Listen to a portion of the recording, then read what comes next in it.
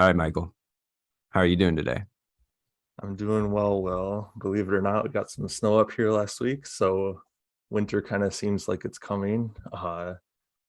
Today we're going to be talking about grazing, so sorry to spoil that right away, but I did want to start us off with a classic joke. So I'll ask you, why do cows have hooves instead of feet? I don't know. Because they lack toes. Like lactose, get it? Oh, actually, that one was better than the last one for sure. You're welcome.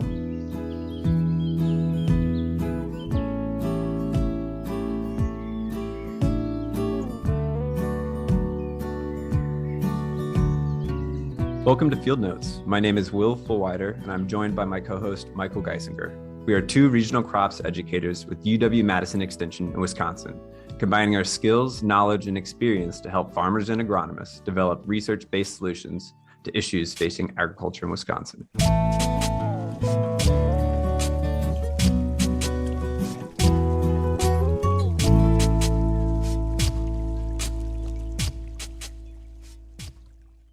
Well, without further ado, or another cheesy joke, I will introduce our topic and guests for this episode of Field Notes.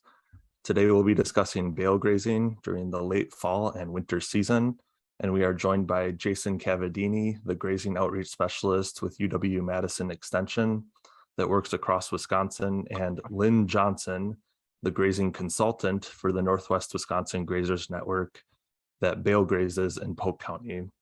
We're really excited to have these guests sharing their expertise with us today. So did you guys want to just share a little bit more about introductions or anything like of that nature? I'm Lynn Johnson, and I work with the Northwest Grazing Network, and I get calls all the time about issues that come up during the fall and winter months. So this topic is one that I'm really enthused about because I think it does represent some solutions to problems that have come up repeatedly.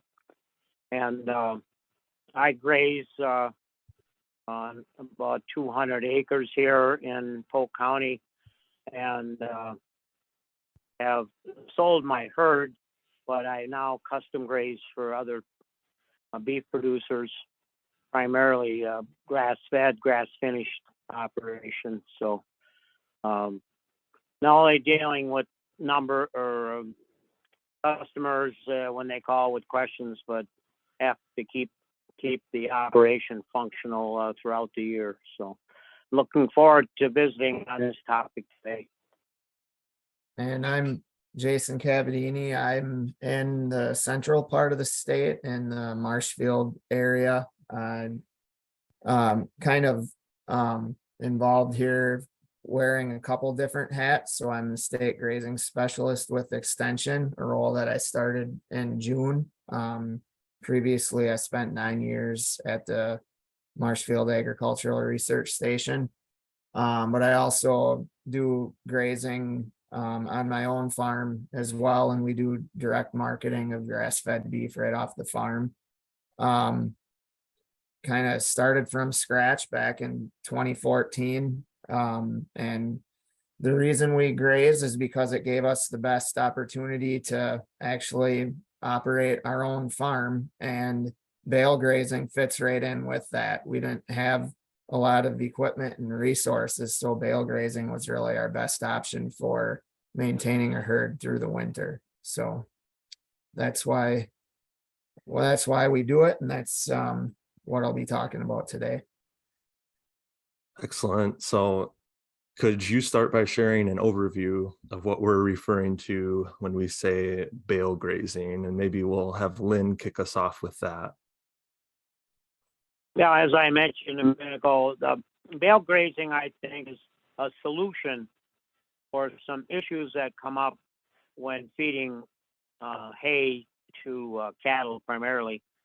And it has to do with responsible way of nutrient management on the farm and avoiding some problems we get into, such as muddy lots and awful concentration of nutrients during those feeding months in the winter. And the new one that seems to also be an issue now is the cost of fuel and operating equipment in the winter. So if we can address a couple of those issues with bale grazing, it kind of supports the reason it's becoming more popular. But as far as what it is,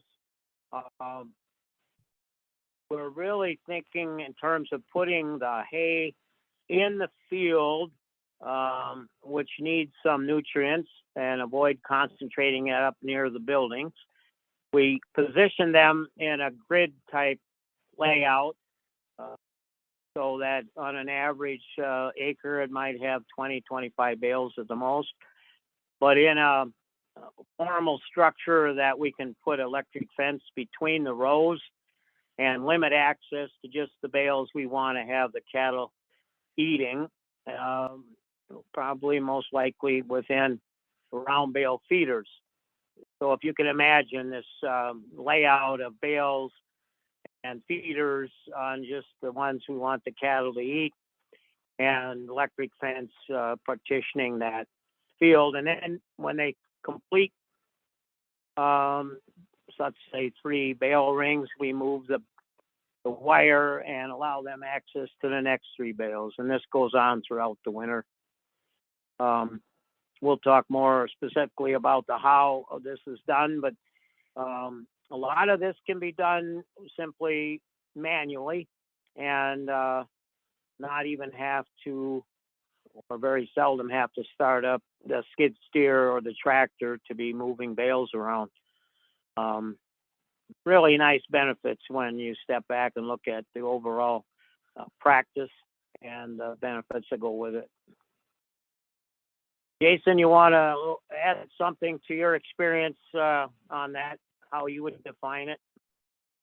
Yeah, I'd say you pretty well covered what bale grazing is. And I will say that for me as well, the biggest reason why we started doing it is we just didn't have the capacity to bring all of the animals into a lot over the winter and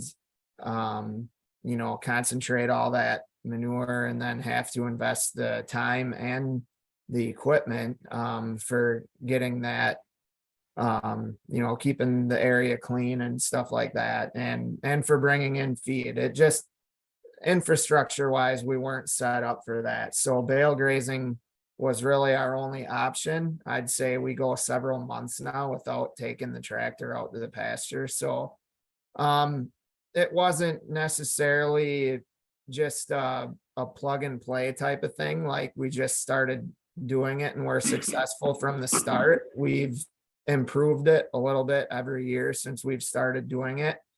But I would say that while the biggest reason why we did it was just the infrastructure and capacity to feed through the winter, I'd say now probably the biggest reason why I like bale grazing is seeing what those pastures look like the next grazing season, especially right now. Later in the year, after the forage comes back and fully recovers, and we could probably have a whole other conversation about how to treat those outwintering areas later, but the fertility in those areas is better than anywhere else, hands down. So it's really a good tool for building up soil fertility. Yeah, that's a great way to kind of introduce bale grazing. Maybe the only other visual I would add to kind of build on both of those is if you were flying in an airplane over a pasture and looked down at a pasture that was practicing bale grazing, you would see those hay bales out there in a grid system, basically. And so we call it bale grazing, but maybe in another sense, it's a different way to feed hay when you think about it in the strict way. So with that kind of introduction of what bale grazing actually is there systems in particular that this really works well with? Do you have to have a specific setup for your farm in order to kind of take advantage of this solution, as Lynn called it?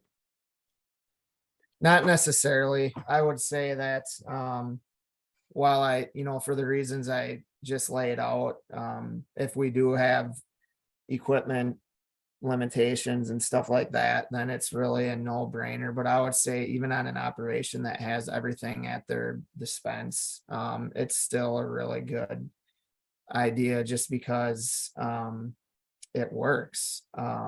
It and we're building up fertility, and I think so if you're gonna talk about what specific systems, well, beef cattle for sure. So I raise red and black Angus. They are just really well suited for this. They're hardy animals. I know several other farmers who I've talked to who have kind of a hybrid system where they're outwintering on pasture, but they give them access to a building, and rarely do they choose to go into the building. They prefer to be out there. There's things that we can do if it gets, bad conditions for them, but that's pretty rare. And there are, I've seen it be a little more challenging with dairy animals, but I also have seen plenty of people do it successfully, like with dairy heifers, for example. So I don't know if it's specific to one system or another. I think it's a practice that kind of works across the board, in my opinion. I'll chime in and say that the systems that I've seen that are very effective are the ones where it might be a retired dairy farm. They do have some cement in the area around the barnyard or in the barnyard, and have some fencing and lanes that are able to be set up in a way that gives them a backup when conditions in the early spring and in the late fall are maybe not ideal for having cattle on the hayfield or the pasture because of the creation of mud or kind of pugging up the soil or creating problems for the sod. And those situations with a retired dairy farm, they have the options that if the conditions are getting really soft, pull them off the bale grazing area and feed them for a few days in the barnyard where they're not going to be compacting the soil or creating problems out in the bale grazing area. That system, I think, has allowed a lot of flexibility and to account for not the normal, but the unusual or unexpected conditions when they occur, just to protect the soil and have the outcome a very favorable one and when completed in the spring. Yeah, and Lynn, you're starting to transition actually into the next question that I have for you, which is and this is kind of a high level question, but what are some of the biggest advantages of practicing bale grazing? And in considering those advantages, if there's a way to hit on labor, tractor usage, manure or nutrient management, and pasture productivity, and kind of consider some of those themes, what would you say some of the advantages are? And I know that we've alluded to a lot of them, but maybe just highlighting those and taking some time to focus in on them a little more. Yes, I think the nutrient management issue is a tremendous side benefit, in addition to having a very nice environment for the livestock to be consuming their forage during the winter months. Being able to be spread out, having a clean area to lay down in, and they can even get behind the bales that are positioned out in the field for a windbreak. There's just these little subtle things that come in as advantages that I think the centerpiece, though, is nutrient management and protecting the soil and the water quality coming off of that area. By not having it so concentrated in one feeding area or one dry lot, which becomes overburdened with manure and urine during the winter months if it's not big enough, and that's very common around the bale ring. Some people don't even move the bale ring; they just leave it in one place and keep adding new bales, and that creates almost a mound-like result. And then that becomes a real challenge in the spring to distribute that across the fields with a manure spreader. It's another operation that requires labor and fuel. So having it dispersed on the fields directly eliminate those concerns in the spring. So that's definitely an advantage. The other would probably fall in the category of allowing management of your hay inventory, and kind of forces you to do some forage budgeting in the fall, when we all should be doing it anyway, but it gets that process underway and allows you to control your feed inventory and match up with your cattle demand. I think those are the kind of things that kind of sneak in, but obviously machinery use and cost and expense and labor, I think is a wash, quite frankly. I think you spend about as much time moving bale rings and setting up the next area as you would if you were moving bales with a tractor and so on. In my operation, I pretty much use antique tractors, so I don't have a cab to hide in out of the weather. And so I'd rather not be putting bales out in a blizzard. And when you're doing bale grazing, you have some flexibility in when you choose to put the hay or make it accessible to the livestock, and you do that on nice days and try to plan ahead and use a little more pleasant environment in which you're setting up the next round of bale for feeding. A follow-up on that, then, I guess, talking about the advantages, are there any disadvantages of bale grazing compared to other styles of winter feeding?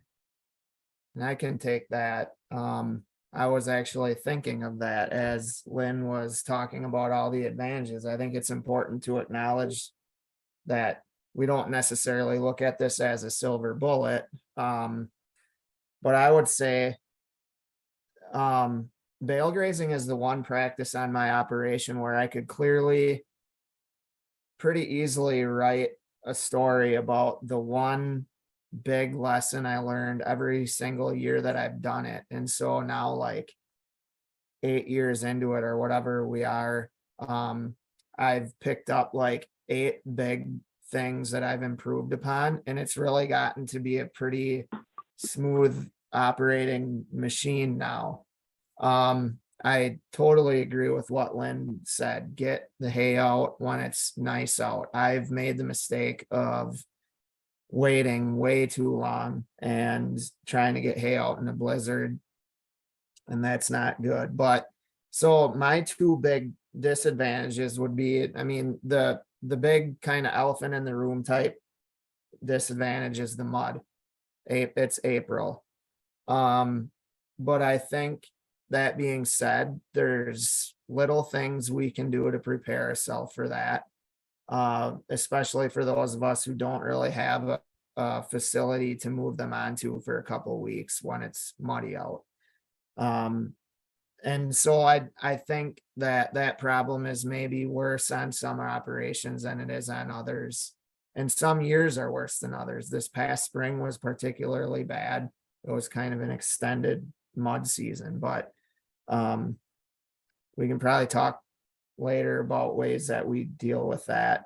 And then to me, the other disadvantage, just kind of the thing that bugs me every year as I'm doing this, is I like to have all of our bales with net wrap, plastic net wrap on them. It expedites the process of pulling the wrap off of them as we set the bales.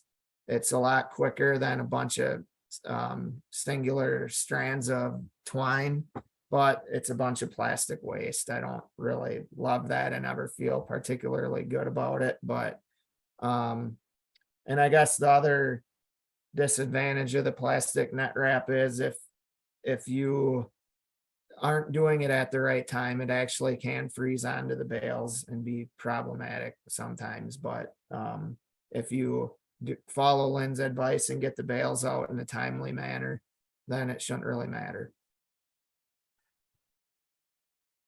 Diving into that idea of, what do you do kind of from a management standpoint when it does get muddy out, in April, or, if we get rains in November or what have you, what are the management considerations to make? How do you deal with kind of that scenario? And then a follow-up to that is in the management realm is, for me, it makes sense that for folks that don't have, big manure pits, or they have smaller operations, or they have less of an infrastructure on it, that bale grazing makes a lot of sense. But at the end of the day, that manure is going onto frozen soil. And so during meltdown in the spring, is runoff an issue in these systems? Whereas, if you had a manure pit, was able to spread that when the ground wasn't frozen, it might result in less runoff. I don't know about it from your experience kind of in a more statewide role, if you've seen results of that, Jason.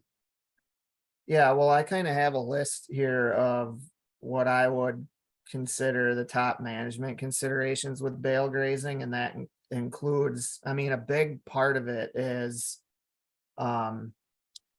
addressing the whole mud issue or anticipating it. And I really think that if you're going to bale graze, you don't just start thinking about it the end of September or the middle of October. You plan for it all year. I started planning for bale grazing back in the spring, anticipating where we were going to do it this year, anticipating where we don't want to be in April. So I think we're putting a lot of emphasis on mud, but it's a very short season, but it can be so stressful that it seems bigger than it is.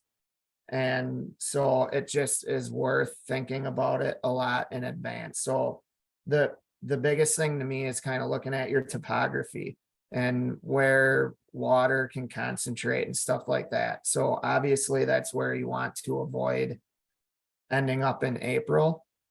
But it's also, there are some places where we just might want to avoid bale grazing altogether. We don't want to be concentrating the nutrients in a place where water is going to concentrate and flow.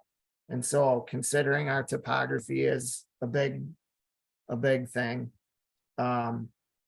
Considering wind direction, like where the prevailing winds come from in the winter, that's important, especially if it gets really cold out. We do want to have the option of placing those cattle where they can utilize those preset bales as a windbreak. Also, there is such a thing as when we set these bales out, the wind can wreak havoc on them before we even get to them and start pulling them apart a little bit. We have to anticipate for that when we're budgeting our hay or when we're coming up with how much we need. I usually plan for 10 to 15% waste. People don't love that term because it's not necessarily waste. It goes back to the soil, but we have to make sure that April doesn't come up and we need to get more hay out on the pasture. Other management considerations, considering proximity to water. How are they going to get back to water all winter? Often we have to set up a temporary lane to allow them back to a winter water source. How to access animals if problems occur. So if there's a couple feet of snow on the ground and all of a sudden there's a sick animal or a limping animal that needs attention, how are we going to tend to her? So we just have to anticipate that. Distribution is a really big word when it comes to bale grazing. Ideally we want that hay and manure spread out as evenly as possible. At the same time, we want to take advantage of any remaining hay. So I don't make my cattle completely finish up every last straw of hay. And there's two reasons for that. One of them is when they get that low, they start getting bored and they get mischievous and they start to test that fence wire and potentially try to access hay that they're not supposed to have access to. But I also like the extra hay as bedding. So when you move that bale ring, it really helps with the cleanliness of the animals and animal comfort. And the last management consideration I've got here is bale spacing. I started out with really wide spacing, and that was probably the first big lesson that I learned. And I've tightened it up considerably. So I used to burn up 10, 15, 20 acres bale grazing in a winter with a smaller herd than I have now. And now I burn up 2 to maybe 3 acres with much tighter spacing, but I'm getting uniform coverage on that land, which is really important. And that also means that if we do get into a really challenging mud season, we're not sacrificing as much ground.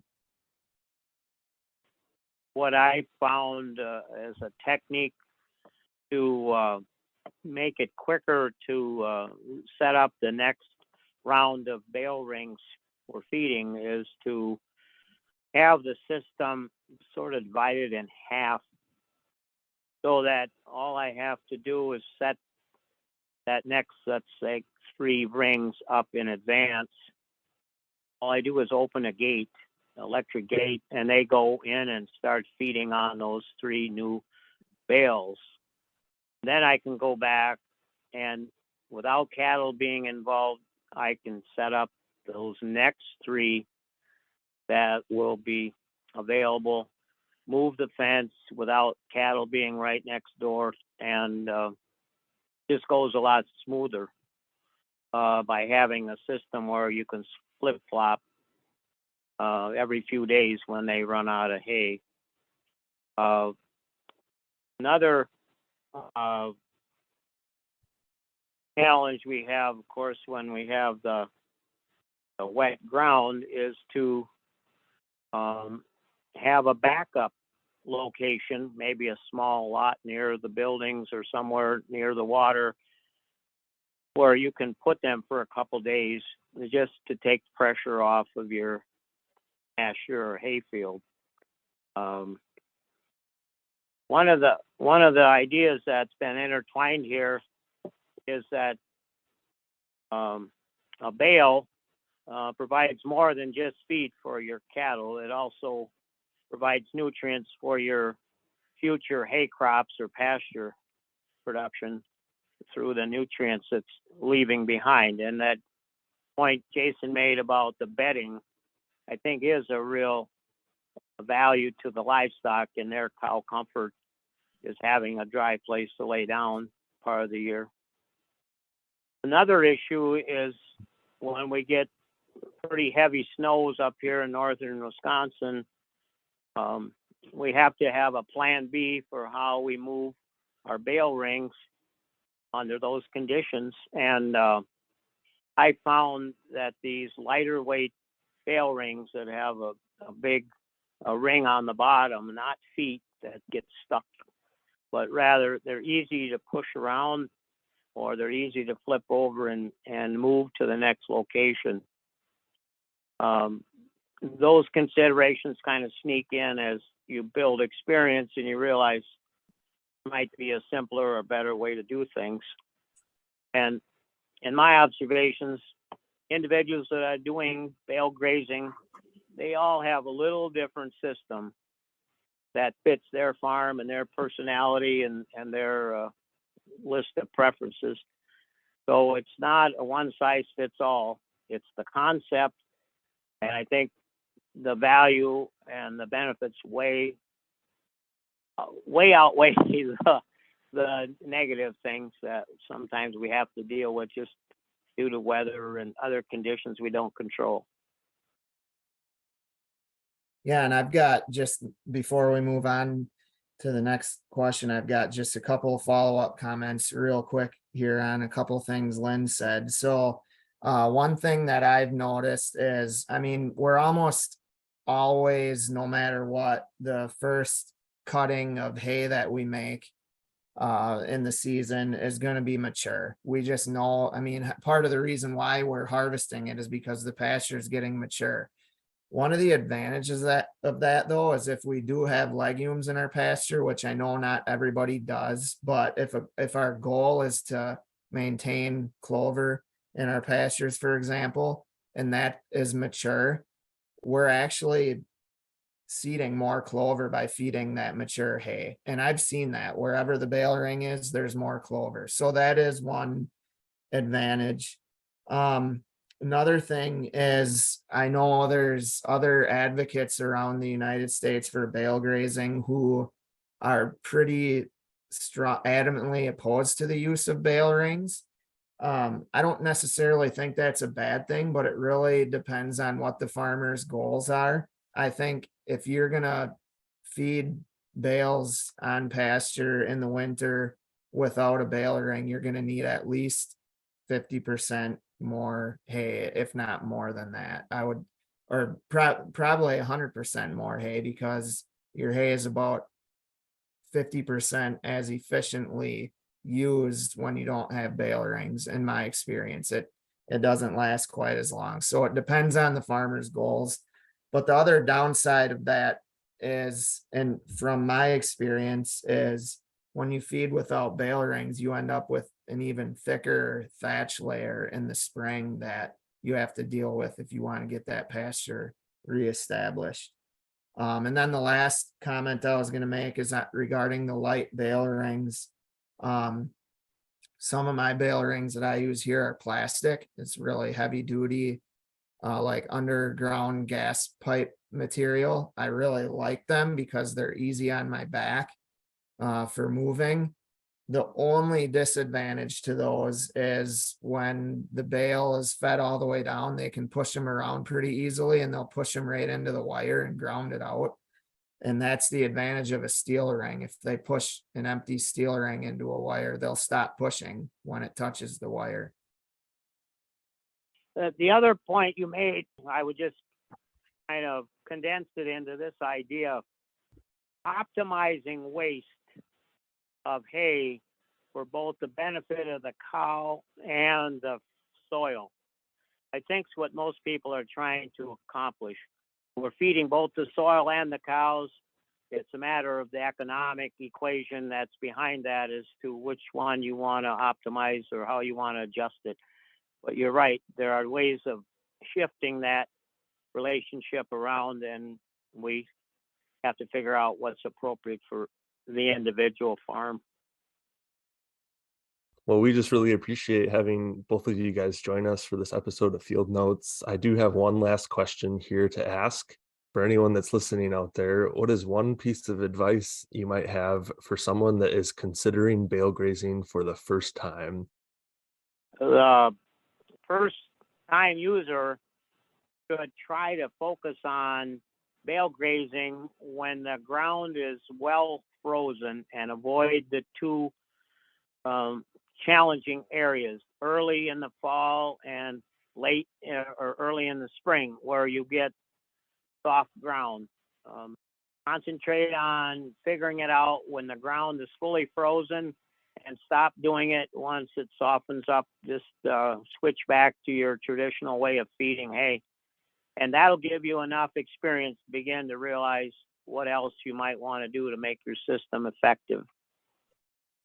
The one that I'll leave us with is how to treat that area afterwards. And I know that that is a very common topic of conversation at pasture walks, and there's always a spectrum of opinions on how it should be treated. But in my experience, and I've done it both ways. I've done it where I've left it and just ended up with what I ended up with later the next year.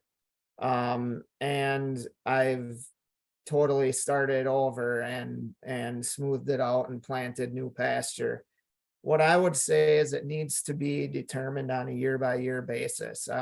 2 years ago, I left it that pasture looks beautiful right now. You can't even tell that it was out wintered on, other than the fact that it's nice and dark green and there's plenty of nitrogen there. I think if I would have left it this spring, I would have ended up with nothing but Pennsylvania smartweed and probably Canadian thistles. And so I just think it needs to be evaluated each year, but there are some years where we can get by with minimal maintenance of that area afterwards. So. Well, Jason and Lynn, thanks so much for talking with us today. I'm sure we could talk hours about bale grazing, but trying to fit it in as short as time as possible. I think we covered some great material here. And thank you very much for taking time and talking with us. You're welcome. Thanks for having us.